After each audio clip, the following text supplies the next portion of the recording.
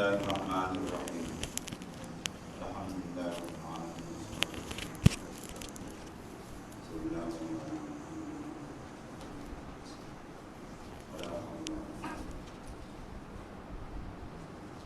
Para mu'alif rahimahullah ta'ala, ada pun ada orang yang belajar ilmu serta guru.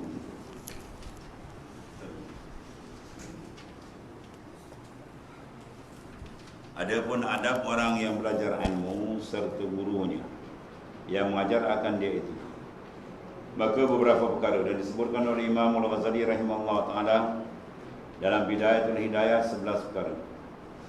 Yang pertama, apabila berdapat dengan gurunya maka hendaklah dia mendahului memberi salam. Jangan sampai guru beri salam gitu dulu.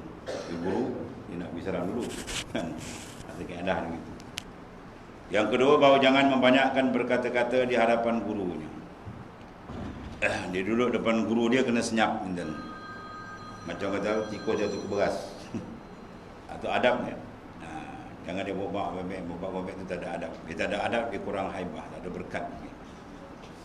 Dan ketiga, bahawa jangan dia berkata dengan barang yang tiada izin oleh gurunya. Yang keempat, jangan dia bertanya akan guru melainkan kemudian dia minta izin daripadanya. Nak tanya guru, dia minta izin, tanya, dia kata boleh. Barulah diizin. Yang kelima, bahawa jangan ia menyangkal akan perkataan gurunya dengan katanya si fulan menyerahi akan engkau. Yang kata itu ada barang sebagainya. Dia Tok Guru dia mengajar bagi hukum, dia kata saya mengaji tempat lain lah Tok Guru. Terutama masalah fiqh. Fiqh ada banyak khilaf. Kadang Tok Guru ni dia pegang pendapat ulama ni. Ada yang ni pula pegang pendapat ulama ni. Itu dipanggil adab. Kalau ada pun senyap ya. Mungkin tak ada khilaf di antara ulama yang lain. Dan keenam, bahawa jangan dia memberi isyarat akan gurunya dengan menyerahi akan bicara gurunya. Lalu menyangka bahawa dirinya terlebih benar. Itu lagi jatuh. Jalan sufi lagi lah. Kita rasa kita hebat, tu guru, boom, jatuh. Tak boleh, kena beradab. Daripada gurunya, atau lebih tahu daripada gurunya.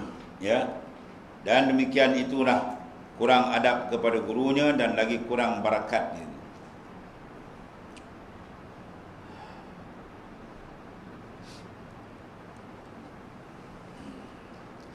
Dan ketujuh, bahawa jangan dia berbisik-bisik dengan orang yang duduk bersama pada hadapan gurunya. Dia duduk atas majlis guru dia.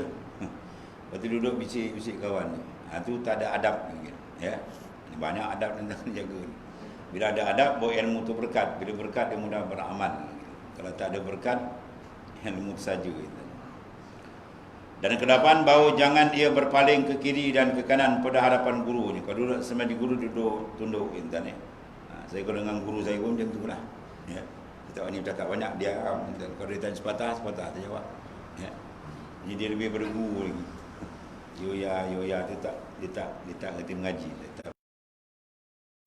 Kedelapan, bahawa jangan dia berpaling ke kiri dan ke kanan pada hadapan gurunya itu. Maka hendaklah ia duduk di dalam keadaan tunduk, lagi beradab seolah-olah di dalam sembahyang. Itu kata Imam Al-Ghazali, bahawa ilmu dia orang berkat. Dan kesembilan, bahawa jangan ia membanyakkan perkataan kepada gurunya, apalagi kalau dia bergurau guru dia. Terkala ia letih. Kita tengok Tok Guru kita letih kan, dah. Kita pun minta diri je lah kalau ada orang je apa kan. Sebab bimbang tuan-tuan dia dua. Bila kita berguru, dua, guru layan kita sebagai anak murid atau guru layan kita macam kawan. Kalau dia layan kita macam kawan, habislah. Dia kena layan kita sebagai anak murid. Dia anak murid, dia akan pimpin kita, dia akan terbiah kita. Kalau kita wah aku untuk guru ni biasa je, bahaya. Takut guru layan kita sebagai kawan. Jadi kita dengan ni kawan lah. Tak dapat sohbah ilmiah betul, adab tadi itu kena jaga tu.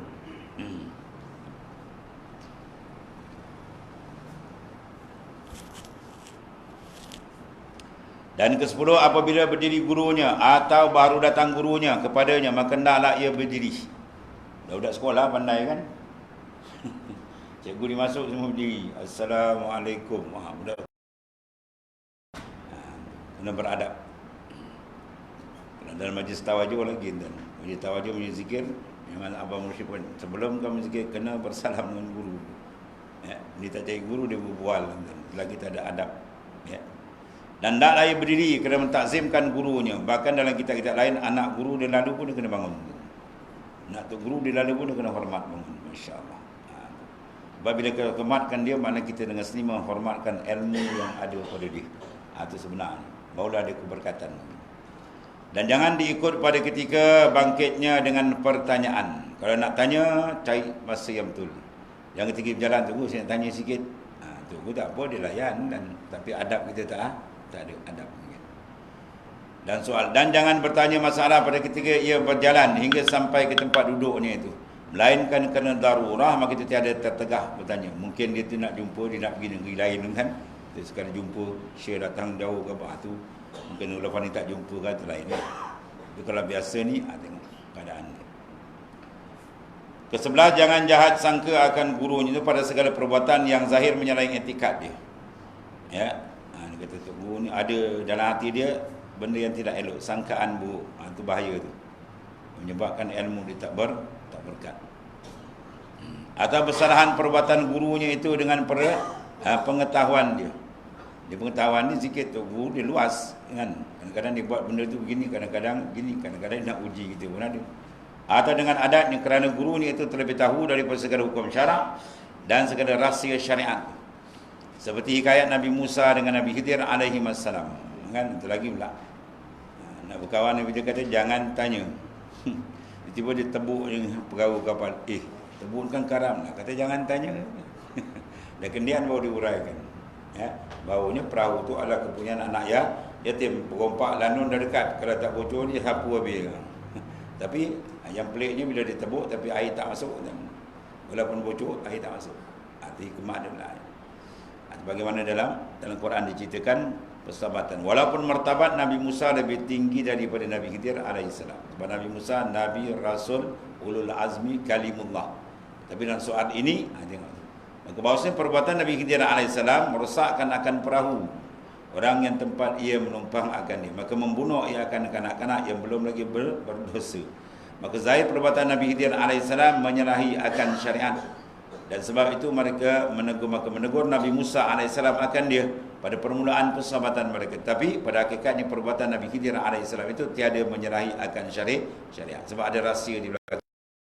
Dan dari sebab itu pada akhirnya perbuatannya membenarkan akan Nabi Khidir alaihissalam. Ya. Itu mengakui kebenaran Nabi Khidir alaihissalam. Serta taslim, maknanya dia serah atau tunduk dan patuh ia akan dia. Itu adab, maknanya guru yang murid dengan guru. Ada pun adab orang yang alim yang mengajar. Ni tu guru pula punya adab. Orang yang mengajar, muallim. Akan ilmu itu 17 perkara. Lagi banyak. Pertama, ihtimal, mana menanggung dan menerima satu yang didatangkan oleh murid.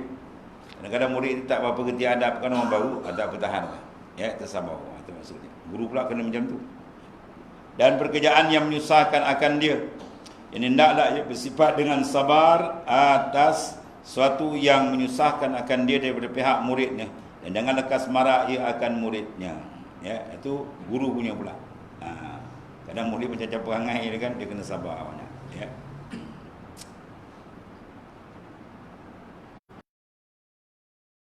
Al-hilm, itu saiganya bagi orang alim tu bersifat dengan hilm. Dia telah tidak lekas marah, dengan maknanya sifat lemah lembut.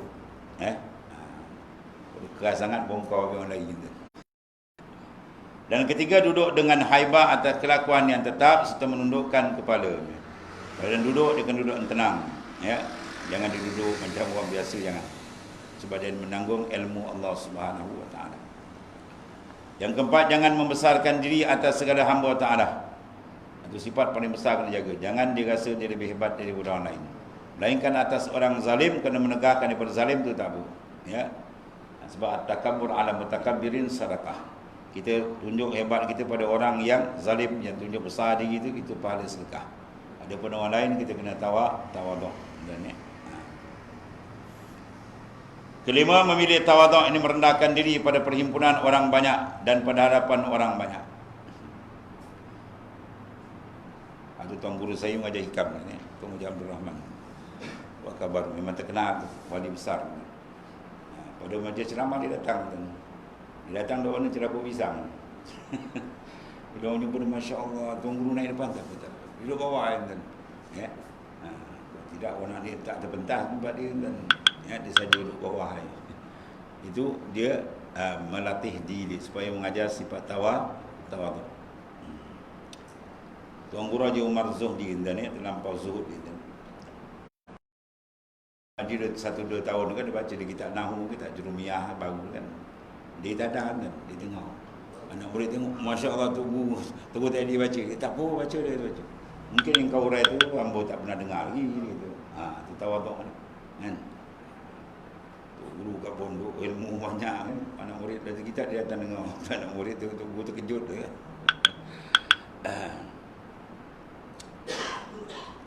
Satu kitab dia mengajar kan, tak ada jual kitab tu di Kedah. Dia naik beli di Patani. Ya. Dia pergi kedai kitab di Patani. Tuan kedai tu tak kenal tu Tuan Guru Haji Umar Zuhdi. Pangkat zuhud dia diberikan oleh ulama besar Mekah. Dia kata, Pak Cik, kitab ni setahu saya yang boleh baca ni Tuan Guru Haji Umar Lanai je. Padahal dia dah tunggu. Tak apalah. Nantilah ada jumpa dia. Dia tak kenal. Satu ketika tokoh kitab tu pergi jalan Kedah, pergi pondok dia. Kan?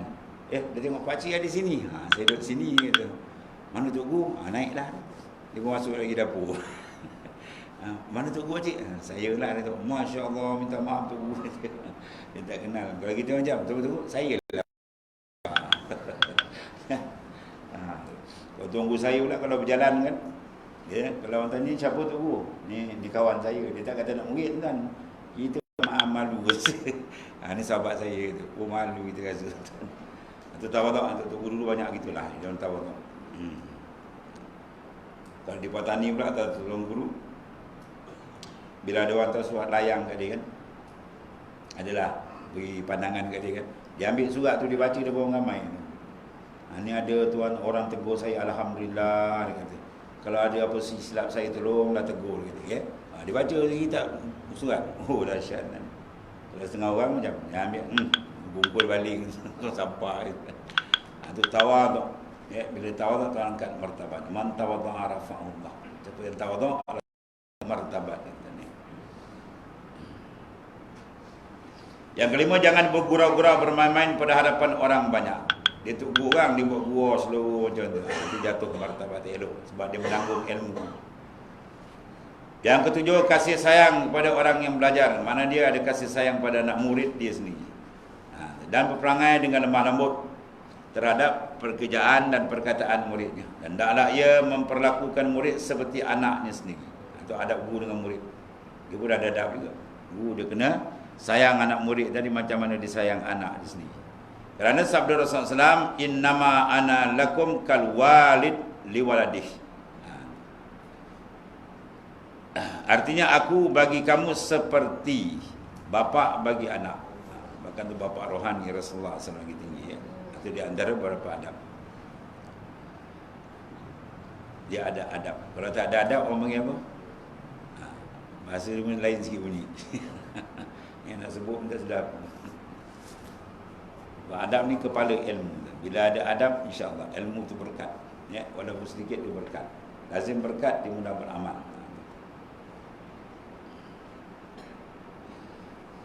Dan kata Al-Imam Al-Ghazali rahimahullah ta'ala, tetapi Rasulullah SAW lebih lagi kasihnya akan umatnya daripada bapa bagi anaknya. Kerana Rasulullah SAW bapa pada hakikatnya, dan dengan dia sebab lepas daripada api tentang syafaat Rasulullah SAW, ya, dan kekal dalam syurga. Demikian jugalah guru, ya, bapa yang dibangsakan kepada roh, iaitulah hakikatnya lebih daripada bapa jisim. Nak kira guru dengan bapa jasad kita ni, bapa jasad pun tak boleh gentan. Ada pun guru dia memimpin kita. Dan kerana inilah maka hak guru terlebih dahulu daripada hak ibu bapa. Besar ni sebab dia menanggung amanah Allah Subhanahu Wa Taala. Ya, hak guru lebih besar daripada hak ibu bapa. Kedelapan, menanti dan memperiksa dengan perlahan akan pertanyaan orang yang dengar. Ya, guru bila mengajar, bila orang nak tanyakan, kadang-kadang orang kampung, ya, dia ni tak apa cerita dia tanya, ambil perhatian betul mana. Ya, saya tak ulang balik soalan, tak apa dengar, kan? Kawan-kawan tu tanya tak apa clear. Yang segar ni, kau nak tanya-tanya pun tak kerti, berganjat kawan. Besok dia ubat dia tak tanya lagi. Kan? Tanya maknanya dengan lemah lembut.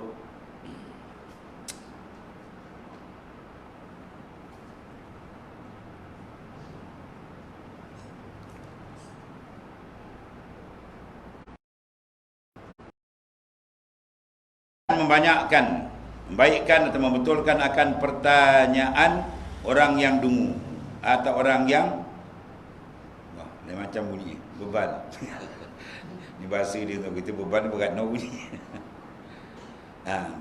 Dan menunjukkan akan jalan kebaikan dan jalan yang benar dan meninggalkan marah dan menggertak, mana merentak kaki ke arah marah atau sebagainya lah ya. Bawa belajar kita segegak dia bongkor dia lagi. Dia kena berlemah lembut. Itu guru punya adab lah. Yang kesembilan, jangan meminta upah atas mengajar ni, tetapi hendaklah kasat mengajar kerana Allah Taala seperti firman Taala, la nuridu minkum jazaa'an wala syukura. Al-Insan, suratul Insan ayat 9. Tidak berkehendak kami kepada kamu akan balasan dan tiada kami berkehendak kepada syukur. Dia mengajar ilmu kerana Allah, bukan kerana ada bayaran, tak ada. Ya, jangan ambil upah. Tahu upah? Upah ni bil akdi, dengan akad pun panggil upah. Saya nak mengajar tempat awak ni, jadi kita gundinglah berapa nak bayar. Itu upah. Ya, ini kita tak ada cerita, tak ada apa dibagi, kita ambil lah, tak bagi pun ikut andai dia lah. Kan? Itu maknanya. Kalau upah bil akdi, dia kena akad. Ya. Macam orang nak kerja kan, berapa boleh bayar. Saya punya kelulusan ni gini. Itu dia panggil upah. Al-ajru dia panggil upah. Maka dalam ilmu jangan dia mengambil upah, jangan terlintas hati nak upah, jangan. Ya, sebab Syahid Ibrahim Mahmud, kenal Syahid Ibrahim Libya kan. Hebat tuan ni. Cerita dia masa dia nak pergi ceramah, di tengah jalan dah jauh, dia pusing balik. Dia suruh driver dia nak balik, pusing balik. Nak balik kata masa pula dah lama berpuluh kilometer dah kan. Tiba dekat rumah, dekat pondok dia naik masjid, dia pun semayang. Lepas semayang dia turun balik, naik kereta, suruh naik, pergi balik. Murid kata apa pasal ni kan? Dah diam kan. Lepas ceramah dia tanya, kenapa tu guru kita? Sebenarnya masa aku sungguh pusing tu, hati aku dah dikacau gitu. Ya. Aku gabut duit tak ada kan? Kan balik ceramah kan nak belanja kau minum air. Dia terlintaslah hati aku. Kan lepas ceramah, ada salam kan? Salam keruk. Kan? Terlintas tu je aku padam pusing balik. Aku semayang taubat, aku betulkan niat aku balik. Aku mengajar semata-mata kerana Allah Subhanahu Wa Taala. Menyambung lisan Rasulullah sallallahu alaihi wasallam.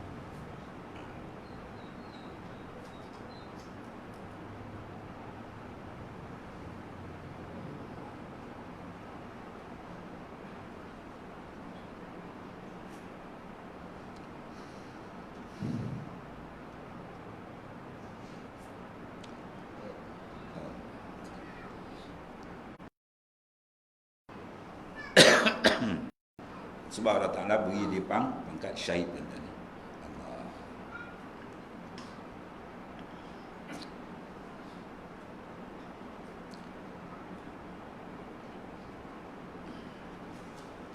Ada penceramah kan tiap tak harga pada kan. Melaka 800.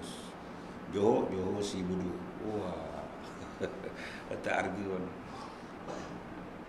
Ada seorang wakil mulai, kawan saya cerita di Terengganu. Dipanggil daripada KL. 3,000 diminta.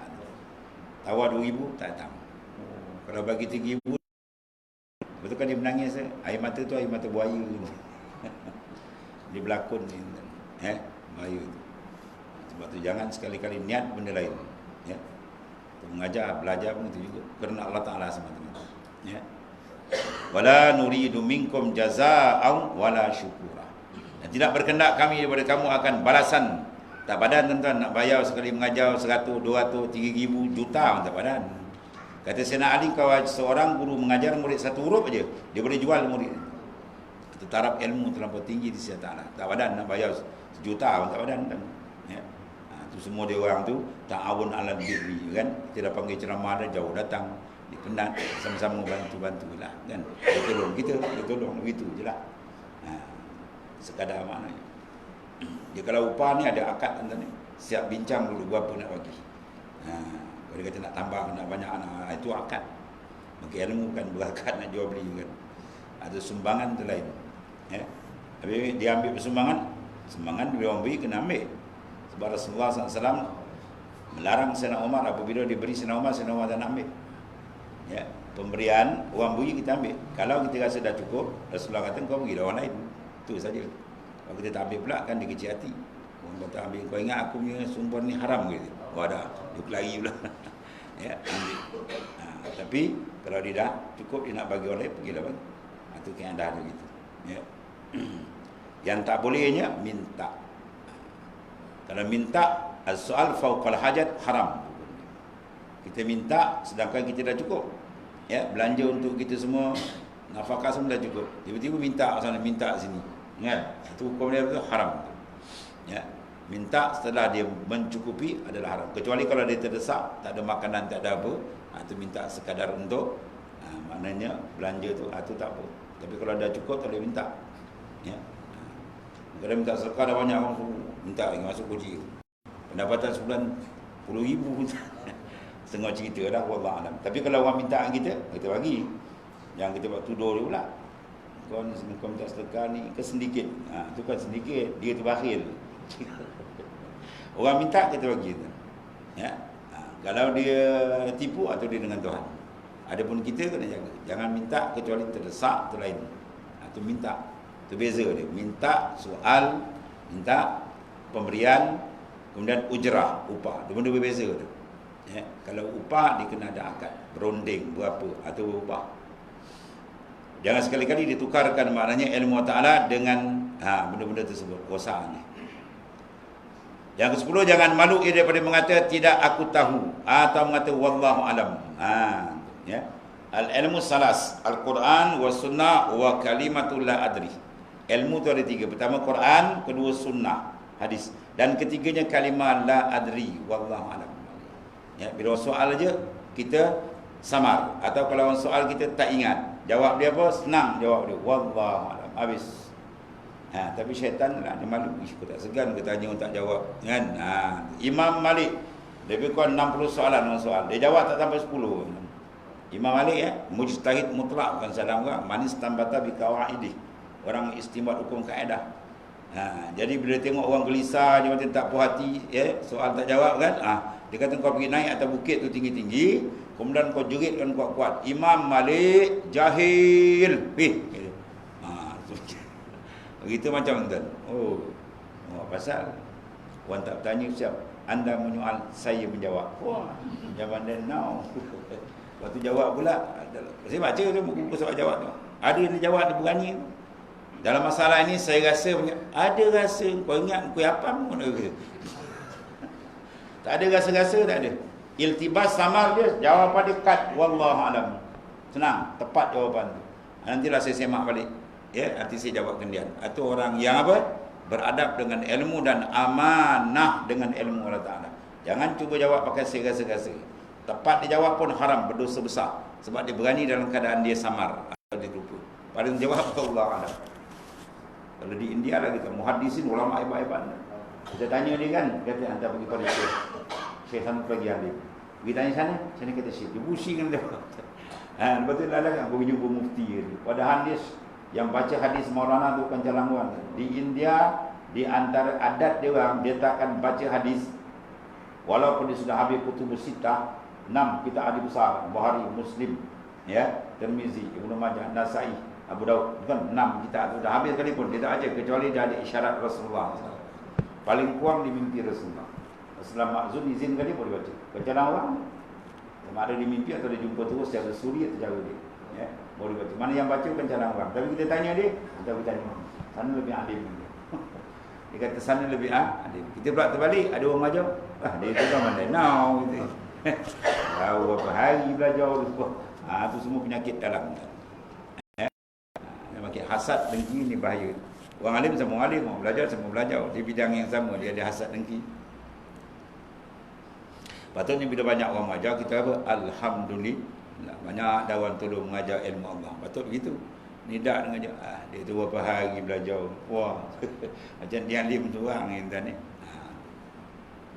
Kita kena pegang dalam surah Yusuf. Wa fawqa kulli dzi ilmin alim. Atas orang alim ada lagi orang alim. Atau alim ada lagi orang alim. Macam tu. Baru selamat.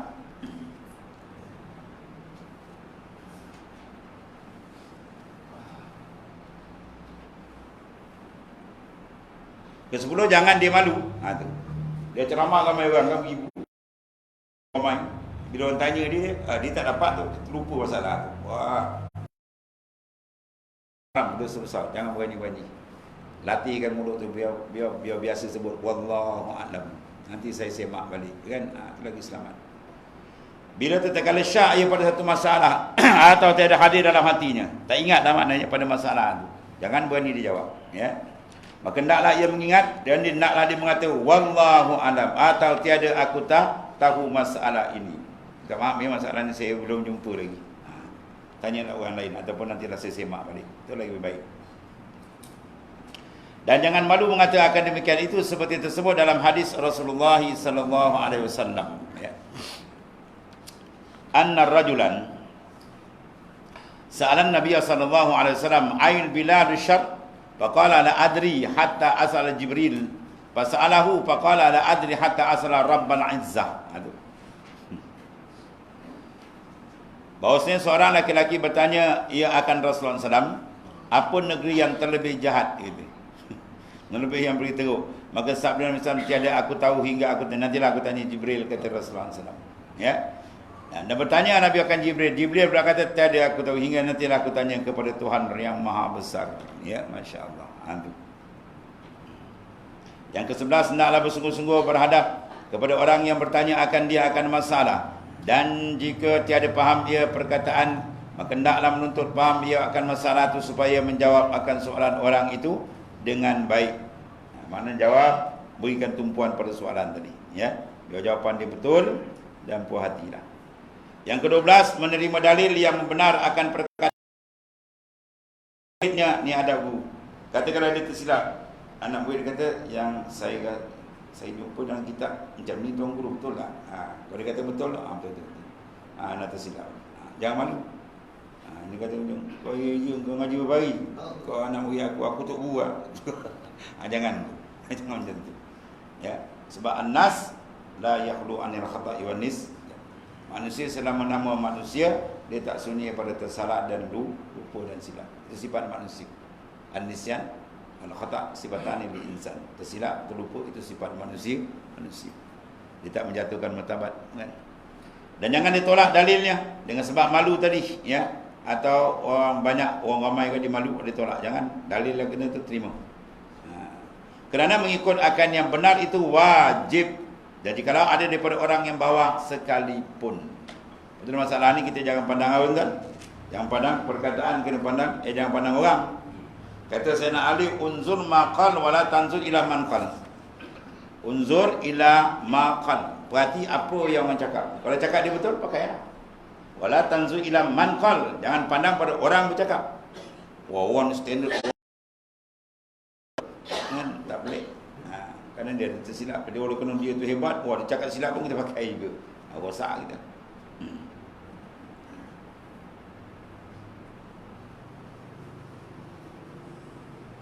Yang ke-12, menerima dalil yang membenarkan akan perkataan orang lain. Ya, kalau ada dalil semua, wajib kita kena terima. Yang ke-13, mengikut kepada yang benar dengan kembali padanya ketika tersalah. Ya, mana ada ulama tak tersalah dan tersilap biasalah. Ya, kalau orang tegur kena terima. Pada satu daripada masalah dan lancar ataupun terlajak lidahnya kepada sesuatu yang bukan dikendakinya. Kadang-kadang tersilap. Jadi bila orang tolong betulkan, terima. Ke-14, menegakkan ia akan orang belajar ilmu yang memberi mudarat akan dia. Kalau ada orang nak belajar ilmu yang tak elok, dia kena tegah, jangan diajar. Ataupun niat orang tu tak betul, jangan diajar. Ke-15, menegak ia akan orang mengkasatkan dengan belajar ilmu memberi manfaat akan yang lain daripada Allah. Tujuan saya belajar ni apa? Nak jadi ni, dapat jawatan ni, nak senang ni besok. Itu semua orang tu kena betulkan niat. Kalau tidak, saya tak akan mengajar awak. Sebab mengajar kena tentukan belajar dan mengajar kena ikhlas semata-mata. Ya. Man talabal ilma liyumariya bisubaha aw liyasrifa wujuhan nas ilai falyatabawwa maq'adahu minan nar. Dia bertuntut ilmu Allah Taala, tujuan dia nak berbangga-bangga dengan orang, atau tujuan dia nak dapat pengaruh, biar orang pengaruh dia, maka sediakan tempat duduk dalam api neraka, kata Rasulullah SAW. Ya, mengajar agama dan suruh dia mengajar. Kalau ada niat yang lain daripada ikhlas kerana Allah Taala, jawab dia seberang tempat di pinar dalam neraka, na'udzubillah. Dan ke-16, hendaklah ia menegakkan akan orang belajar ilmu yang fardu kifayah dahulu daripada selesai fardu ain. Susunan dipanggil fiqhul aulawiyat. Ya, keutamaan letak tu. Mesti fardu ain lepas dulu. Dia mengaji ilmu fardu kifayah, fardu ain dah lepas. Tuhan pun dia tak kenal lagi. Ya, dia kena mengaji ilmu fardu ain, ilmu usuludin, ilmu fiqh, ya, dan ilmu tasawuf itu fardu ain. Dasarkan pada hadis yang sahih daripada Nabi sallallahu alaihi wasallam ketika Nabi menanya akan Jibril alaihissalam, menanya Nabi. Ketua itu hadis panjang lah. Nabi ditanya Jibril, "Ya Muhammad, akhbirni anil ihsan." "Ya Muhammad, akhbirni anil iman." "Ya Muhammad, apa itu iman?" Nabi berkata, "Al-iman an tu'minu billah wa malaikatihi wa kutubihi," sampai akhir. Kemudian dia kata, "Sadaqta." Soalan kedua dia kata, "Akhbirni anil Islam." "Ya Muhammad, ceritakan apa itu Islam." Nabi jawab, "Al-Islam an tashhada an la ilaha illallah wa tuqimus shalah," sampai akhir. Dia kata, "Sadaqta, benar engkau." Kemudian dia kata, "Akhbirni anil ihsan." Apa itu ihsan? Nabi jawab, "Al-ihsan an ta'budallaha ka'annaka tarahu fa illam takun tarahu fa innahu." Ya, ibadat seolah-olah kau lihat ataupun tidak boleh kau terasa engkau sentiasa dilihat. Bekalkan ingatan kita sentiasa dipandang oleh Allah Taala. Ya. Habis 3 menit. Lalu 3 hari Rasulullah SAW berjumpa dengan Sayyidina Umar. Rasulullah tanya, "Ya Umar, kau tahu siapa datang?" Sayyidina Umar kata apa? "Allah wa rasuluhu a'lam." Adab sahabat ni. Sahabat dia punya adab. Walaupun dia tahu, kalau Rasulullah tanya dia akan kata Allah wa rasuluhu a'lam. Allah dan Rasulullah lebih mengetahui. Itu adab. Ya. Kita jawab, dia kata Allah dan Rasulullah. Lalu Nabi kata, "Atakum Jibril." Yang datang pada kamu tu Jibril alaihissalam. "Yu'allimukum dinakum."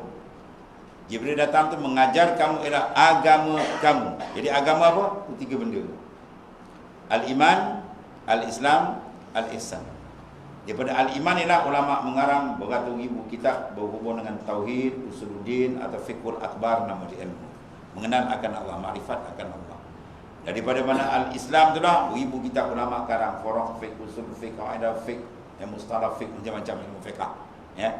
Dan daripada al-ihsan tu ulama mengarang ilmu ihsanuddin, atau dia panggil ilmu tasawuf, atau dia panggil ilmu hakikat, atau dia panggil ilmu sir, nama tu macam-macam lah ulama. Yang penting benda tu semua makhas tempat amilan ialah Quran dan hadis sahih daripada Nabi sallallahu alaihi wasallam. Ya.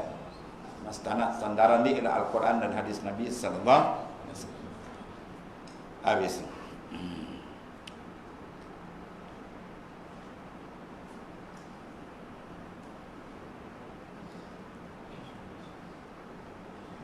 Kemudian dan ilmu fardhan itu ialah membaikkan akan zahirnya dan batinnya.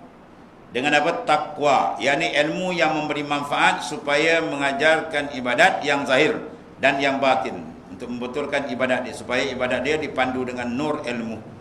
Jangan ibadat tanpa ilmu, ibadat dia dirosakkan. Kan? Kullu man bi ghairin ilmin ya'malu amaluhu mardudatun la tuqbal.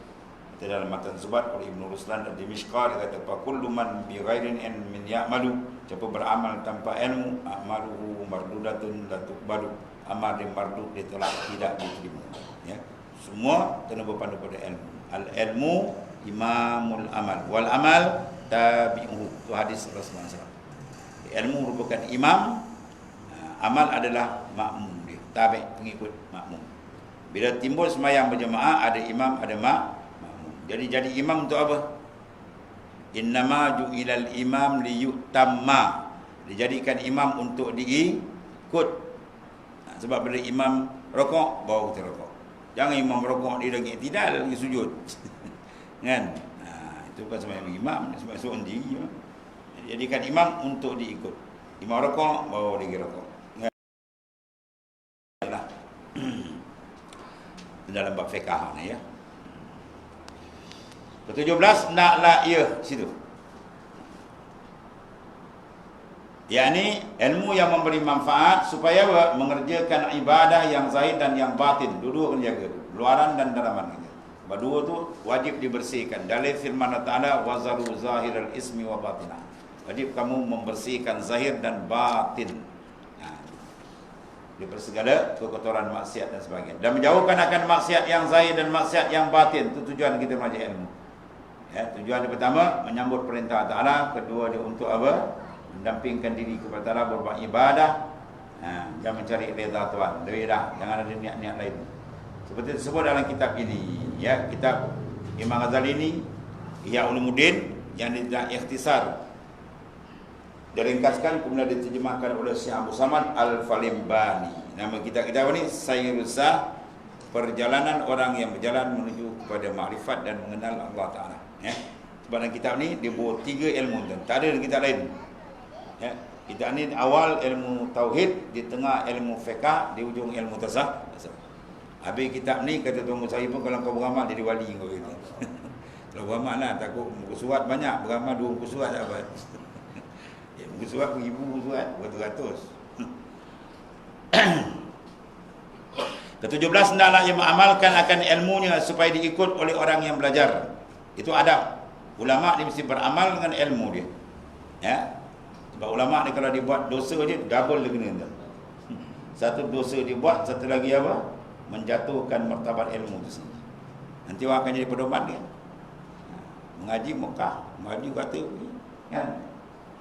Balik kampung nikahkan anak, main cak puncak. Cak puncak dan dangkul joget jantam tina. Bila orang muda marah, report dia buat agama, dia kata apa tak, itu riadah, dia dah berotak ni. Kita berkapal. Mana tidak beramal dengan ilmu, bukan dia tak tahu kan. Saja nafsu dia tak ke depan, usaha ilmu dia. Dan Zubair kata fa'alimun bi ilmihi lam ya'malan mu'azzabun min qablu uqbadi wasal. Orang alim tak beramal dengan ilmu ni dihumban ke neraka lebih dahulu kafir menyembah berhala. Lagi berat kerja ni. Sikit dia kupurlah, atau tajuk dibahas dalam tu. Jadi hendaklah dia mengamalkan ilmu supaya diikut oleh orang yang belajar, itu akan amal ni dan perkataan wabillahi taufik.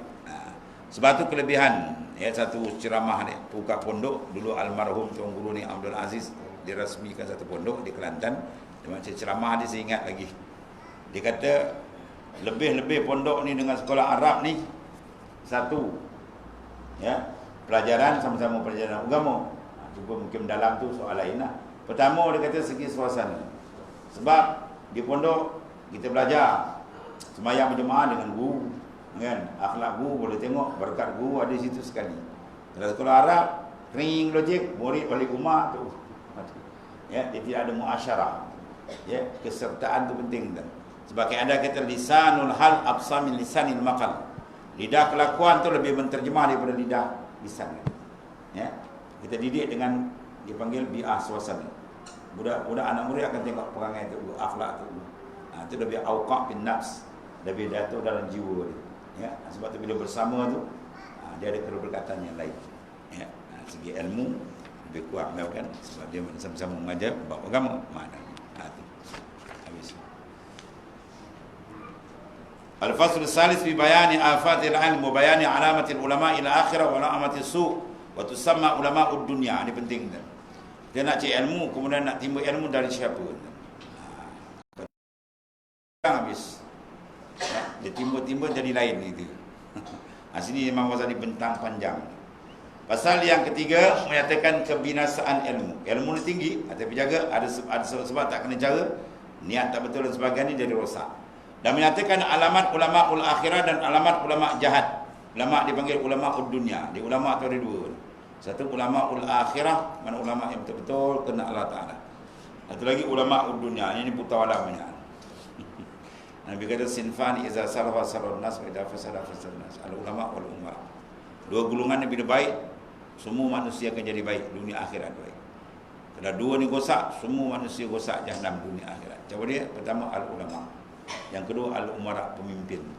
Sebab ulama dan pemimpin ni dia kena berganding bahu memimpin manusia ke jalan Allah Ta'ala. Kalau dia buat kerja lain ni buat rosak, dia habis orang bawah. Sebab orang bawah pandu kat dia. Dia kata tu guru buat, dia kata. Dalil ke dalil, dia ikut tu guru. Sebab tu dia kena tengok sini. Satu lagi tengok sini. Kitab kata Al-Imam Al-Ghazali rahimahullah ta'ala, qad dzakarna ma warada min fadailil ilmi wal ulama wa qad warada fil ulama yasu tashdidatun azimatun dallat ala annakum ashaddun nasi azaban yaumal qiyamah. Allah. Faminal muhimmatil al-azimah ma'rifatul alamatil fariqati bainal ulama'ud dunya wa ulama'ul akhirah. Ya, nakni bi ulama dunia, ulama usul alladhi qasduhum min al-ilm at-tana'um bid dunya wa tawassul ila ja wal manzilati inda ahliha. Telah kami sebutkan, kata Imam Ghazali, dengan beberapa dalil Quran dan hadis Rasulullah SAW yang menyebutkan akan beberapa kelebihan ilmu dan ulama kan selepas dah. Dan telah datang pula beberapa hadis mencelakan ulama usul pula. Itu dia. Ya. Hadis-hadis ini menunjukkan atas sangat besar kesalahan mereka dan menunjukkan bahawa mereka itu terlebih sangat seksa azab pada hari kiamat. Siapa dia? Ulama-ulama yang tak beramal dengan ilmu. Maka setengah daripada perkara yang amat besar, iaitu mengetahui alamat yang membezakan antara ulama dunia dengan ulama akhirah. Ya. Dan kami kena dengan ulama dunia itu apa dia? Ulama yang jahat, dipanggil ulama usuk. Dia memutabelitkan ayat-ayat Allah Subhanahu Wa Taala. Pernah jadi di satu negeri, tak saya sebut negeri lah tadi. Tapi tu tahu juga kan, pada tunggu saya di Kelantan ketika zaman Mak Yaakob. Seorang ulama ni, dia nak mengampu pemimpin, dia sambut putau ayat Quran. Ya. Lama dia putar-belit ayat Quran. Oh, takut kalau kita tengok dia ceramah.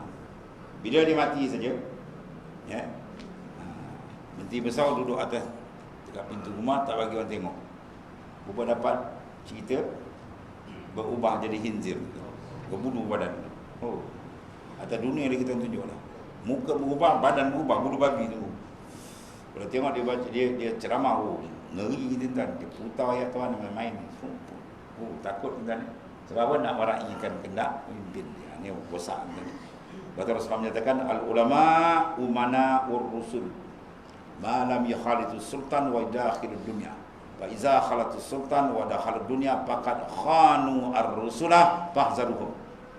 Ulama ni title dia Allah Taala angkat, Nabi angkat, pemegang amanah nabi-nabi dan rasul-rasul. Bukan calon-calon, bukan tender wakil rakyat, menteri polio tak ada polio, perdana menteri, bukan tak.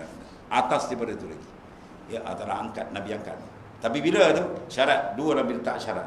Malam yukhalitu sultan wa yudakhilu dunya. Selama dia tidak dikudakan oleh pemimpin-pemimpin yang jahat, dia jadi terompah. Kata Tok Uni Aziz boleh terompah. Terompah ni masuk jamban, ulama masuk jamban. Apa maksud dia? Apa kata orang ikut, apa kata pemimpin dengki tu. Kita menegur benda yang hak mana. Satu. Selama kedua pula masuk pahaman madiyah, pahaman dunia dalam kepala dia. Dia jual ayat-ayat Allah macam-macam. Kalau berlaku ulama macam ni, dia jadi ulama pengampu mungkin. Tahu pengampu? Ampusana wa ampusini. Dia jadi ampusana wa ampusini, dia mengampu. Kedua dalam kepala dia dunia ni. Nak janji dapat duit. Ya? Kalau ada ulama yang macam ni, Nabi kata itu faqad khanu ar-rusulah, itulah pengkhianat nabi-nabi dan rasul-rasul. Fahzaruhum, jangan kamu pakai ucapan mereka. Jauhkan diri mana. Takutlah kamu mana jauhkan diri. Jangan pakai gini. Dosa kan. Ya? Air Zam-Zam tak boleh jual, air arak boleh jual. Macam-macam. Ya. Dia nak bodohkan orang. Ada kat China kan ada apa tu, itu saya cerita. Kau ingat zaman buruk? Air ni satu dunia round hujung jari. Berlaku sap tekanan dunia dalam maklumat terkini kau tak nampak. Kalau ia pun janganlah sampai teruk sangat kan. Tapi memanglah tuan-tuan, kalau dah jadikan dunia sebagai matlamat hidup, memang rosak. Hidup walaupun ulama, dia makan sumpah Rasulullah SAW. Rasulullah kata ta'isha abdud dinar wad darahim, celaka dan binasalah, kata Rasulullah SAW, orang yang melerakan diri dia menjadi hamba duit, wang ringgit. Ya, dinar, dirham kan. Dulu dapat duit 10,000, kan dapat 50, 60, apa tak silap, meleleh helio. Ya, cakap benda tak suka bikin. Tapi memang kita tengok dia pun dulu pun dah tahu betul kan. Tak payah sebut nama, tuan-tuan tahu kan. Kita pernah ceramah dengan dia kan. Pernah ceramah dengan dia. Masa satu perjuangan dulu kan. Masa anak naik ceramah, dia sebelah dia tepuk anak. Syekh, hantar up anak sikit. Dia suruh up dia.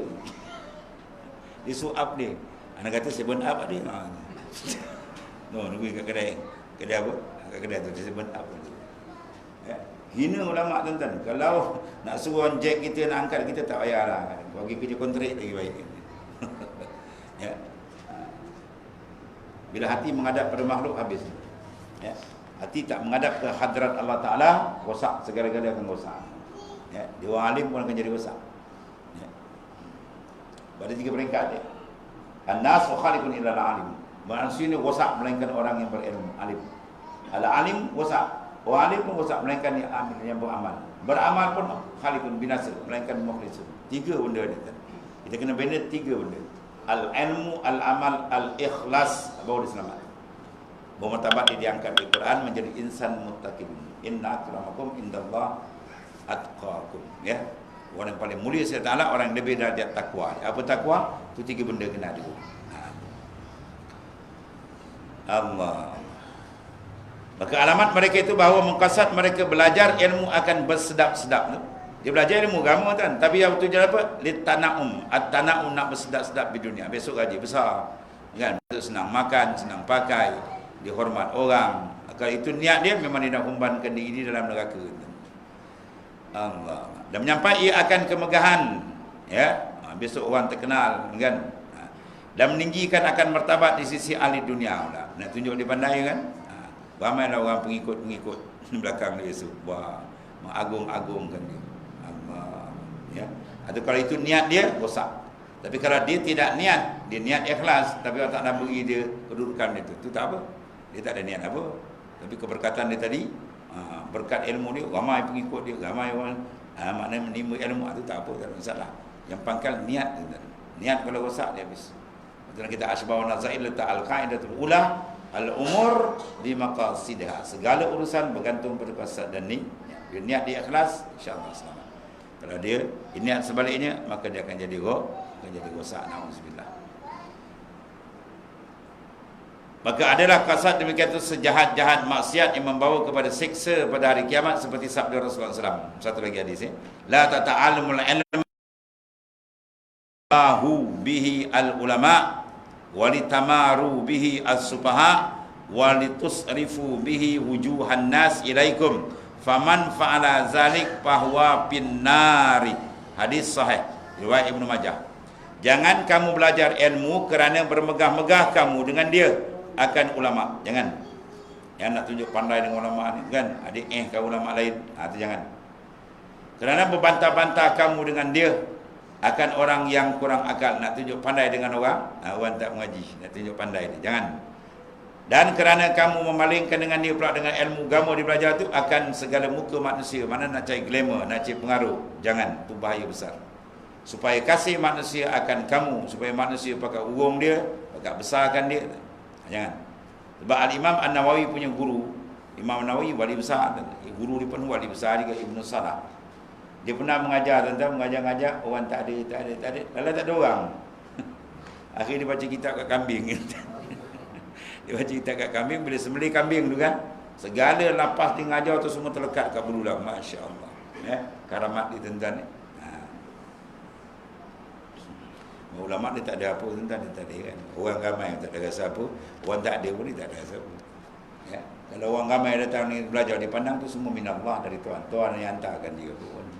Kalau tak ada pun, tak ada tu gerak dia Ta'ala sudah. Dan dia menyampaikan ilmu apa yang dah sampai itu saja. Baligani walau ayat, sampai walau satu ayat dah. Itu tugas dia.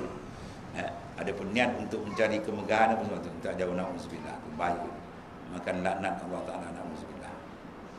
Maka barang siapa berbuat akan demikian, maka itu disiksa dalam api neraka, kata Rasulullah. Man fa'ala zalik, dia untuk ilmu tujuan nak bermegah, nak memalingkan muka manusia, dapat glamour, maka bahwa pinnari, maka tempat di dalam neraka. Dan na'udzubillah.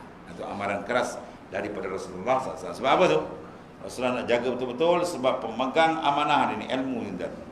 Ya, kalau dia tak betul niat kan, apakah jadi rosak. Mana benda yang besar, benda yang sangat penting dalam kehidupan manusia untuk mengenali Tuhannya dan mengenali tanggungjawab Allah Ta'ala. Maka dia kena bersihkan betul-betul niat untuk menanggung dia. InsyaAllah ada keberkatan. Sebab Rasulullah letakkan begitu besar kelebihan dia dan menjaga pula begitu besar dia punya ancaman dia tadi ya. Dan lagi sabda Rasulullah, asyadun nas azaban yaumil qiyamah alimun lam yanfa'u ya, lam yanfa'u Allahu bi ilmihi. Wallah. Bismillahirrahmanirrahim. Alhamdulillah rabbil alamin. Sayyidina Maulana Muhammad inna khairal qur'an. Subhanallah.